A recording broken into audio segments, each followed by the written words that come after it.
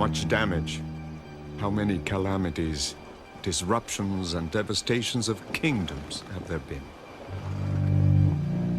How many souls have perished in the Indies over the years, and how unjustly? How many unforgivable sins have been committed? Bartolomé de las Casas. In December of 1492, 3 ships under the command of Christopher Columbus approached the second largest island in the Caribbean. For 8 weeks, Columbus had traveled from the Bahamas to Cuba, finally reaching the site of modern-day Haiti and the Dominican Republic.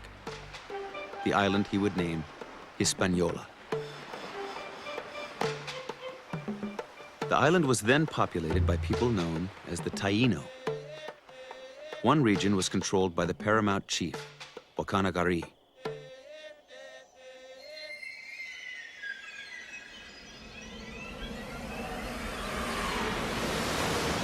On Christmas Eve, while coasting along the shore, Columbus's flagship, the Santa Maria, ran aground. When Wakanagari learned the news, he sent all his people from the town with many large canoes to unload everything from the ship. So great was the care and diligence which that king exercised, and he himself was as diligent unloading the ship as in guarding what was taken to land, in order that everything would be well cared for.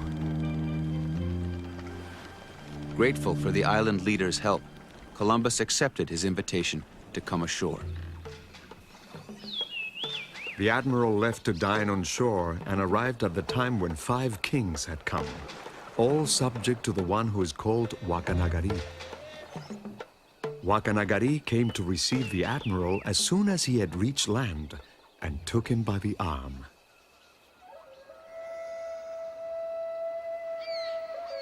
Columbus was immediately struck by the beauty of Taino life.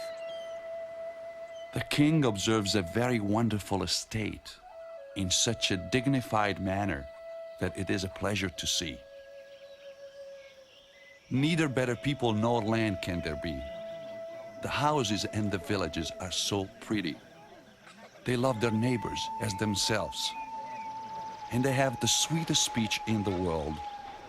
And they're gentle, and they're always laughing. Christopher Columbus. As a token of gratitude for the rescue of his men and supplies, Columbus presented Wakanagari with a red cape, a prestigious item among the Taino elite. In return, Wakanagari gave Columbus a golden tiara he wore on his head. To Wakanagari, it was a fair exchange, a gesture of mutual respect and recognition, the opening of trade between equals. To Columbus, it was a crown, a symbol of authority. Wakanagari was surrendering his lands and people to Spain. But Columbus was not simply looking to rule people. He saw something much more valuable to his future. He saw gold, the prize he could take back to his sponsors in Europe. There was wealth to be had, and to the Europeans of the time, wealth belonged to those strong enough to take it.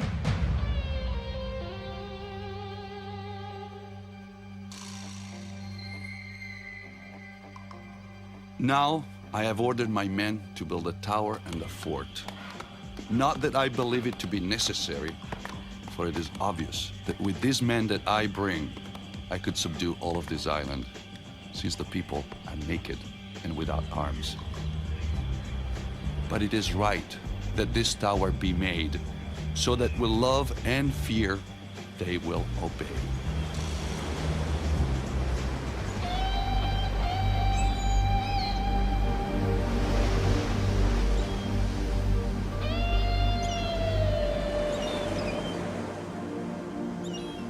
Leaving behind a contingent of men in a fort built from the timbers of the Santa Maria, Columbus set sail for Europe. With him, he would carry the news of a new world, gold and docile island natives. Wakanagari and the Taino had no way of knowing what was about to happen to their ancient way of life. The Tainos' ancestors were part of a series of migrations of South American Indian people dating back over 2,000 years. They farmed the land and harvested the wealth of the sea.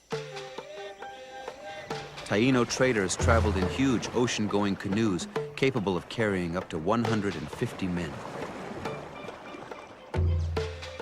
Boats laden with feathers, gold, wood, pottery, beautiful birds, cotton fabric, and food. Island nations were woven together by trade. Trade was the communication system by which nations knew one another and maintained peace.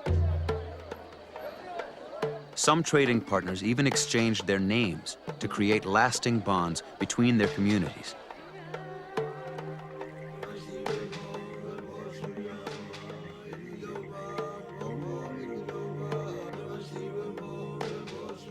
By the time of contact, there were well over 1 million people living in the Caribbean. Local community leaders were subject to powerful regional leaders like Wakanagari, who controlled trade with large personal fleets and warehouses of commodities. Into this world, Columbus returned in November 1493 with a military flotilla of 17 ships. Under his command were armor-clad soldiers, mounted cavalry, attack dogs, and guns.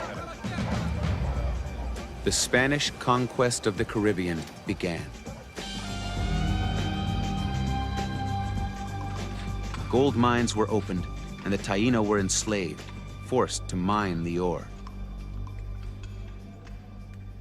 A Spanish priest, Bartolomé de las Casas, who accompanied Columbus on his second voyage, spoke out against the cruel treatment of the Taino people. It is not possible to recount the 100th part of what I have seen with my own eyes. A man had need to have a body of iron to undergo the labor they endure in getting gold out of the mines. They must delve and search 100 times over in the inner parts of the mountains till they dig them down from top to bottom. They must work the very rocks hollow. Bartolomé de las Casas. Epidemics and famine swept the island. Yet the Spanish continued to demand that the beleaguered Taino supply them with both food and labor. Garrisons were strung across the island to fortify the gold fields. When resistance sprang up, Columbus sent out military units to terrorize towns into submission.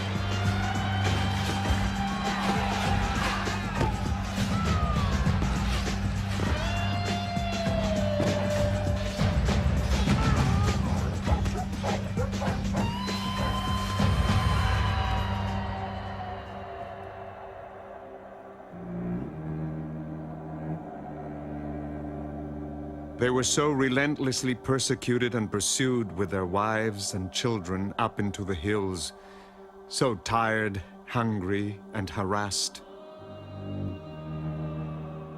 And there went with them disease, death, and misery, just as if they had been killed in the wars. They died of hunger and sickness that surrounded them, and the fatigue and oppression that followed. After 1496, no more than a third remained of the multitudes that had been on the island. Taino suffering was so severe that thousands took their own lives rather than submit. Wherefore many went to the woods and there hung themselves, after having killed the children, saying it was far better to die than to live so miserably. Some threw themselves from the high cliffs down precipices. Others jumped into the sea, and others starved themselves to death.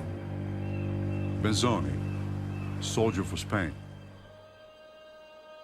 Some escaped into the mountains, including Guacanagari, the paramount chief who had befriended Columbus. He soon died, a homeless wanderer. By 1503, 11 years after Columbus's first voyage, only a few pockets of resistance remained. In the mountainous region of Sharawa, Taino people ruled by a woman named Anacaona successfully evaded Spanish demands for labor. Determined to break the resistance, the Spanish governor requested a diplomatic meeting. Anacaona agreed and summoned 80 regional sub-chiefs to her state house for the meeting.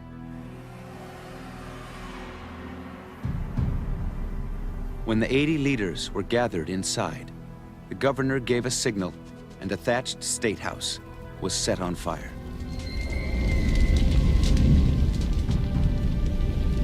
Soldiers lined up outside with swords. Taino leaders who did not burn were killed as they fled the blaze.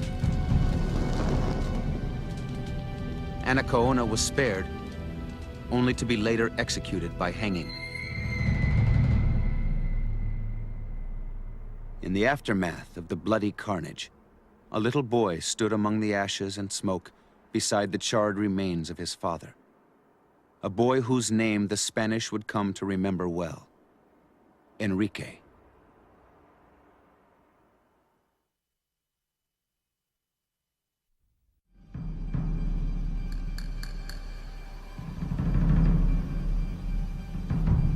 The child who witnessed the murder of his father and the other Taino leaders in Sharawa was taken away from the killing field by a Spanish priest. He was placed in the care of missionaries and baptized Enrique. Although raised by Spaniards, he never forgot his own identity, heir to the chiefdom of the Bahoruco region of the island.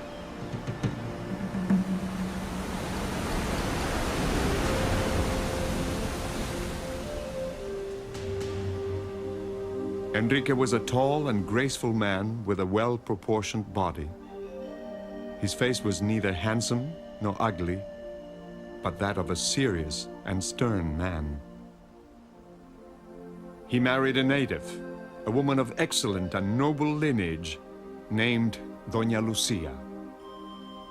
Bartolomé de las Casas. The Spanish government created a labor grant system under which individual Spanish landholders were given village populations to use as forced labor. Enrique, his wife, and his people were turned over to a debauched young Spaniard named Valenzuela. They were at his mercy. The priest, Las Casas, protested.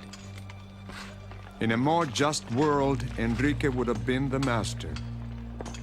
Valenzuela viewed Enriquillo as a slave and valued him less than manure in the street. Enrique complied with Valenzuela's tyrannical demands, for which he was rewarded with regular beatings and robbed of his last remaining possessions. His many appeals to Spanish authorities fell on deaf ears. When Valenzuela raped his wife, Enrique reached his breaking point.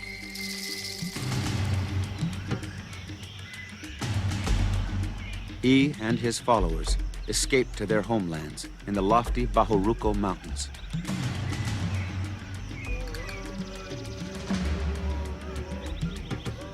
The Spanish came to call him the rebel Enrique, and those who followed him were termed rebels and insurgents. Although in truth they were not rebelling, but only fleeing from their cruel enemies who were misusing and destroying them, just as a cow or an ox tries to escape from the slaughterhouse. Bartolomé de las Casas. Enrique organized his people. Women, children, and elderly were sent into caves high in the mountains, where they raised chickens and cultivated gardens to feed the resistance army. Scouts were posted on every crag and pass. Heavy boulders rolled into place above the footpaths. Enrique instructed his men to fight only in self-defense, to kill Spaniards only in the course of battle, and otherwise to simply deprive them of their arms. At first, the Spanish army was confident they would quickly crush the Taino resistance. But Enrique's people, armed only with spears, iron spikes, fish bones, and bows and arrows, fought with fierce determination against the Spanish and their sophisticated arms. Time after time, they forced the enemy to retreat. During one fierce battle, Valenzuela himself was captured. But even this mortal enemy's life would be spared. Enrique ordered him released. As word of Enrique's victories spread across the island, many Taino fled to his refuge and joined the fight for freedom. His legend grew. It was said that Enrique never slept at night, that he himself patrolled the village until dawn. For over a decade, he fought Spain to a standstill. Finally, unable to defeat the guerrillas on their own territory, an exhausted and humiliated Spanish government made overtures of peace.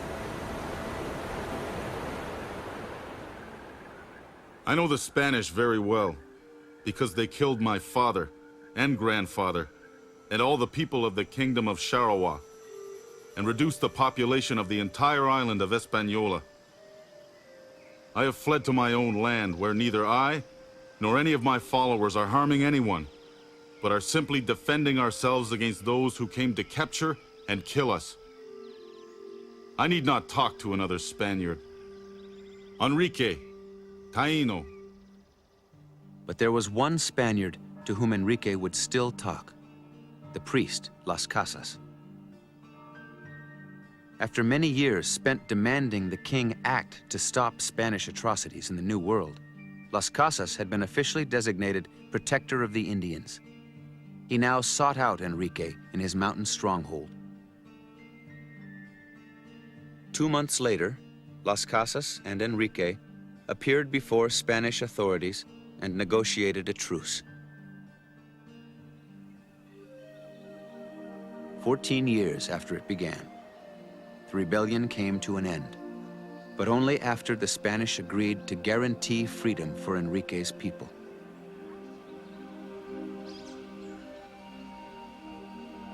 At the base of the Cibao Mountains, Enrique settled with his 4,000 followers, the last members of a culture that had flourished for millennia. By the end of the century, the Taino population that Las Casas had estimated at 2 million was officially reported extinct.